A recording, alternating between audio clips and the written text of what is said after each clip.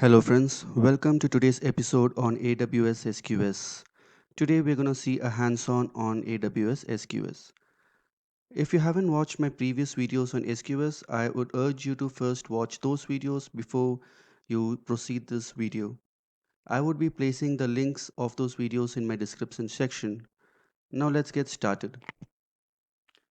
Friends, this is the dashboard on Simple Queue Services. So, let me click on Get Started button. And here I can give any name of my choice. Let me give my queue name. Now, as we discussed before, there are two different types of queues. One would be standard queue and another is FIFO queue. So let us revise on what is the difference between these two. Standard queue, as we discussed, it has unlimited throughput, whereas in case of FIFO queue, it can support 3000 messages per second. And FIFO queue guarantees you that it will not allow any duplicate messages, whereas in standard queue, there is no such guarantee. It can only guarantee at least one delivery. But in certain remote rare conditions, you might also receive more than one copy of the same message. Now, in standard queue, they don't guarantee any ordering. If you look at this image which is given, the message when it flows in the queue, it can come out in any order. But whereas in FIFO, it is first in, first out. The message which comes first will be first thrown out of the queue. So these are some of the basic differences between standard and FIFO. So let me come down. I can either click on create queue or I can click on configure. Now these are some of the important queue attributes which you have to know. First attribute is the default visibility timeout. So this is the length of time that a message received from a queue will be invisible to the other receiving components. We have discussed this in our previous video. Let me go back and revise this as well. You might have seen this image in our previous video. So there are three different components. Component 1 acts as the producer and component 2 acts as one of the consumer. Now when component 1 sends a message called A in the SQS, it is saved in different servers within SQS. So as you can see in the image, it is saved in 1, 2, 3, 4, 4 different servers. The same message has been replicated. Now when component 2 is trying to consume this message, the visibility timeout clock starts ticking. Say for example, if you have set the time as 40 seconds, it has to process this message within the time frame of 40 seconds. Meanwhile, within this duration of 40 seconds, this message will be invisible to other components. Let's assume there is a component 3 which is not there in this picture and it is also trying to listen the same queue. The message A will be invisible to component 3 within or until this visibility timeout duration. Now let's go back to our console. So we can set the default visibility timeout period here. It can range up to 0 seconds to 12 hours. By default, it is 30 seconds. The next attribute which you can see here is the message retention period. Now, what is message retention period? It says that the amount of time that Amazon SQS will retain a message if it does not get deleted. So when a producer pushes the message in the queue, it stays in the queue for up to 4 days or until any consumer consumes the message, whichever is first. If the message has been consumed within 1 hour, it will be deleted. Or if there are no consumers, then it will be in the queue for up to 4 days. Maximum message size, by default, a maximum size can be up to 256 KB. The value must be between 1 KB to 256 KB. Delivery delay. Delivery delay says the amount of time to delay the first delivery of all messages added to the queue. So whenever the producer pushes the message in the queue, no consumers will be able to consume the messages until, for example, if I say here 10 seconds, this message will be invisible to all the consumers for the first 10 seconds. For which scenario will we use this delivery delay? Say for example, you're having a intensive operation where the consumer takes, say for example, 30 seconds or 40 seconds to process each message. In that case, instead of bombarding the queue continuously, you're just giving a slight delay so that the consumer will be able to process the previous message and then picks up this message. So this is one attribute. Receive message wait time is the maximum amount of time that a long polling receive call will wait for a message to become available before returning an empty response. Before understanding, you need to know what is short polling and what is long polling. So friends, in this image, component 1, 2 and 3 are the different services in a microservice. Let's assume component 1 has pushed the messages in the SQS and the messages are stored in different servers in the SQS. Now when you do a short polling, it will only query a subset of the servers in SQS. Say for example, in a short polling, it will only query the servers which are grayed out here. You can see there are 7 servers, but in case of short polling, it only queries a subset. Here, as per the diagram, the grayed out images are the ones which are being polled. So when the first polling happens, it receives A, C, D and B, whereas the message E is not being received in the first poll because the message E resides in the servers which is not being polled. So these servers are being chosen randomly. So this is short polling. What is long polling? When it comes to long polling, on contrary to short, all the servers are being queried.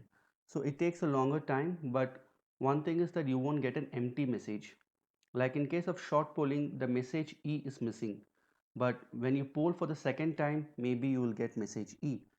But if you have done a long polling instead of short polling, it will query all the servers and you might get A, B, C, D and E because it kind of fetches the messages from all the servers in SQS. So this is a difference between short polling and long polling. Now let's go back to our console. So here you can configure how long you will wait for a long polling. So by default it is 0 seconds, but if I give 20, then it will wait up to 20 seconds until I receive the messages from the all the servers within the SQS.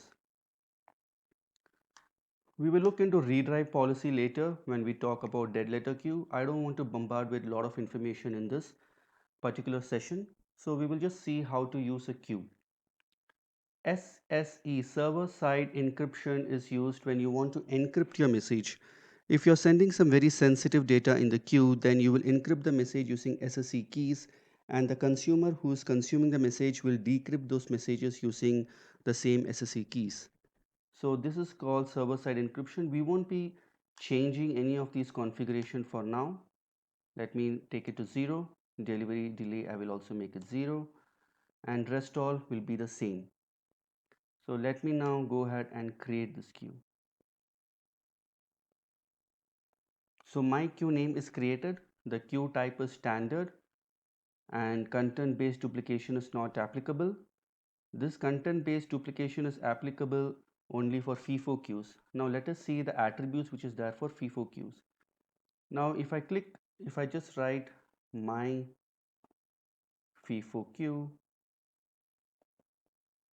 it doesn't throw me any error, but if I click on FIFO, it is giving an error like the FIFO name must end with suffix .FIFO. So guys, you have to remember whenever you're working on FIFO queues, your queue name should end with .FIFO. Now we are good. Now let me come down and click on configure queues. So one additional attribute which you see is content based duplication. So what does it say? It means that use a SHA-256 hash of the body of the message to generate the content based message duplication ID. So as we know that FIFO does not allow any duplicate messages. So if I click this content based duplication checkbox, it will check the duplicate based on the content of the queue. So what does that mean? Suppose I'm sending a message called A in the queue, and I'm also the second message which I'm sending is also A. It will check the content. Okay, A and A. It will first receive the content and it will create a hash ID based on the content. Say for example, if I'm sending A as a message, it creates a hash ID based on that character A. Now when I'm sending another character in the queue called A again, it also creates a hash ID based on SHA-256, and since both the contents will generate the same hash ID, it will eliminate the duplicate messages. So this is one way of eliminating duplicates. Okay, so let me cancel this and let me see some more options. So let me click on queue action and send a message. Here I can send any message. Hello, this is my first demo on SQS. All right. So here I can set what is the delay delivery for this message. So if I say 10 seconds, up to 10 seconds, this message will be invisible to all the consumers. There are certain other message attributes which I can set, like for example, what is the attributes, custom attributes basically. So I won't be sending all those things. So let me just click on send message. Now as you can see, the message available count has been increased to 1. Now we have some other options called configure a queue. You can also edit the configuration of a queue in this. These are the settings which we saw while we are creating a queue. You can edit these values in the queue even after you create a queue. Next thing what we have is purge queue and delete queue. What is the difference between purge and delete?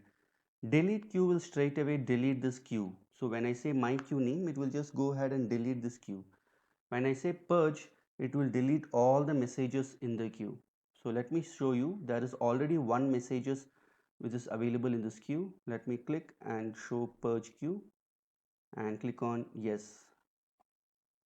So it may take up to 60 seconds for the message deletion process to complete. Since we have only one message, it got deleted instantly. Similarly, if I want, I can also delete this queue. So it says it contains no messages, so delete. So when I delete a queue, can I create a new queue in the same name? Let me try that. My queue name, I won't change any configuration. Let me click on create queue. So it says failed to create new queue. A queue name, my queue name was deleted recently. You must wait 60 seconds after deleting a queue. So guys, whenever you delete a queue, give a gap of 60 seconds. Only after that AWS will allow you to create a queue in the same name. This is also one important thing which you have to remember. All right. Now we saw that after creating a queue, I can change most of the configuration details. Like for example, if I go to configure queue, the default visibility timeout is 30 seconds, but I can change this 30 seconds to 1 minute even after I create a queue. I can go to configure queue and I can change this to 60 seconds. But my question is that, can you change the queue type? Can I make the standard queue to a FIFO queue after I create this queue? The answer is no. I have to choose the queue type while creating the queue. Once the queue is created, I cannot change the queue type. We have also discussed in the previous video that a standard queue can be created in different regions, but FIFO queue is not supported in all the regions currently. Like currently it is supported in US region, certain regions in US like Oregon, North California, Ohio and North Virginia. It is there in European region in certain things, like for example, if I go to a European region like Milan, and if I want to create a FIFO queue, okay, if let us see if I can create a queue in Milan region.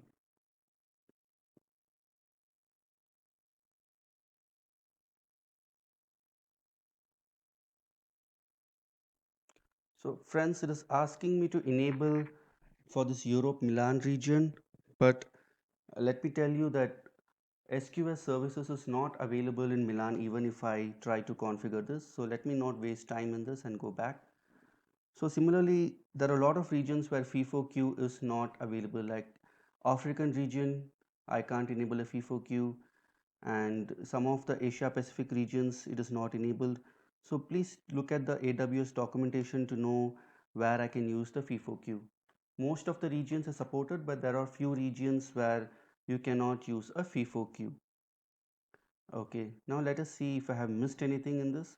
We have almost covered the important aspects. We have not touched the dead letter queue because I have left it for a separate session. Let me see if there is any other options left out. Create a queue, and we have covered purge, delete, subscribe queue to SNS topic. So this is called a fan out. So we have talked about this in the previous video, but we haven't dealt this in detail.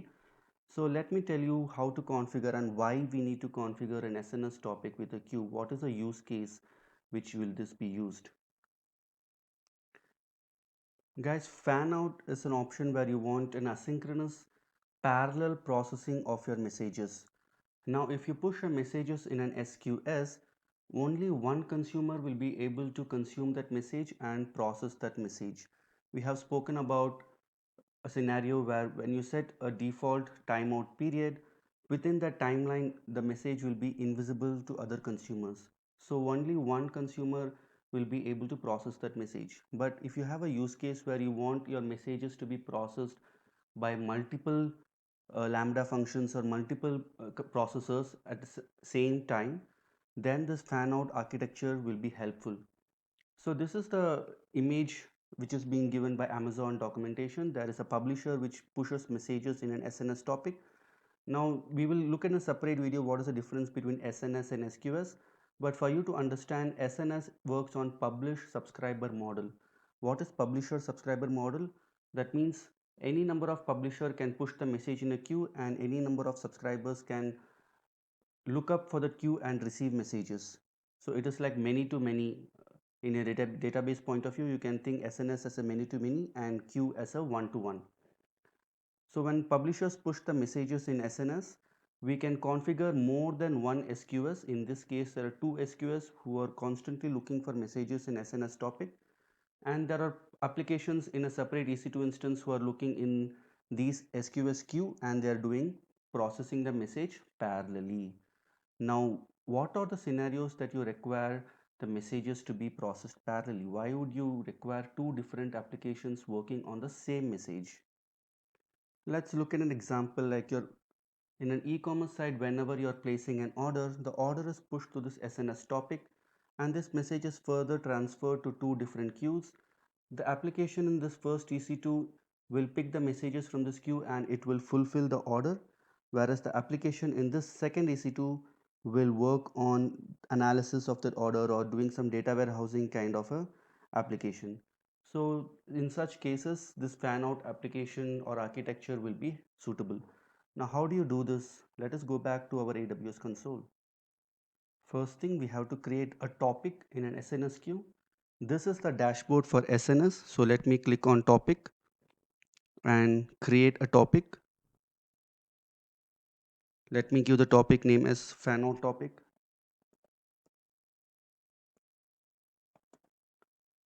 And come down, click on create topic. Now I have created a topic in SNS called fan out. Let me go back to SQS now. Now this queue, let me create one more queue. I would say my Q2.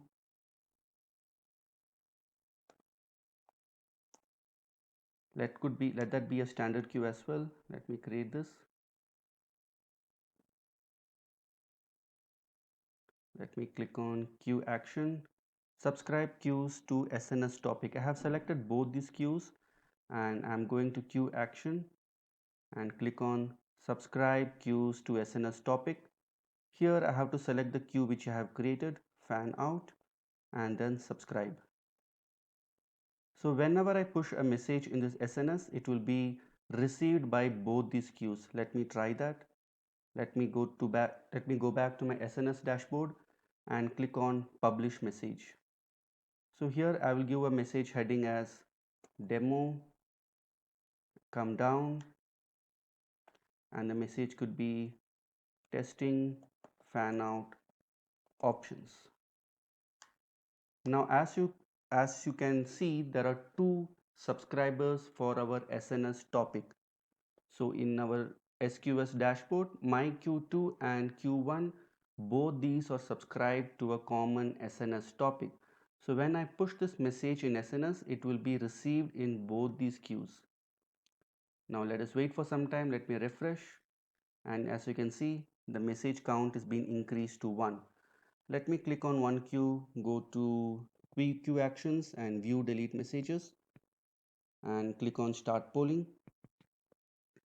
So here this message is being received. Let me expand this.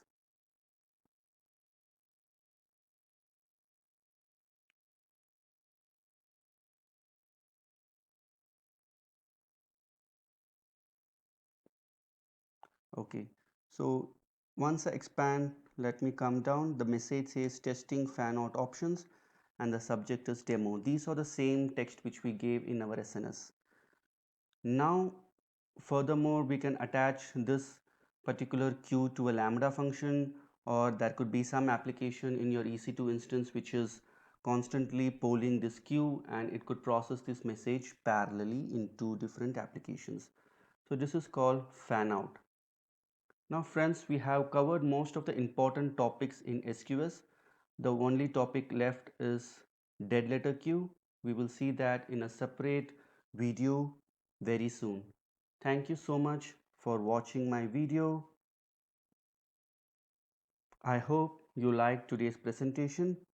Please click the subscribe button if you want to see more such interesting videos on the latest technologies. Thank you so much.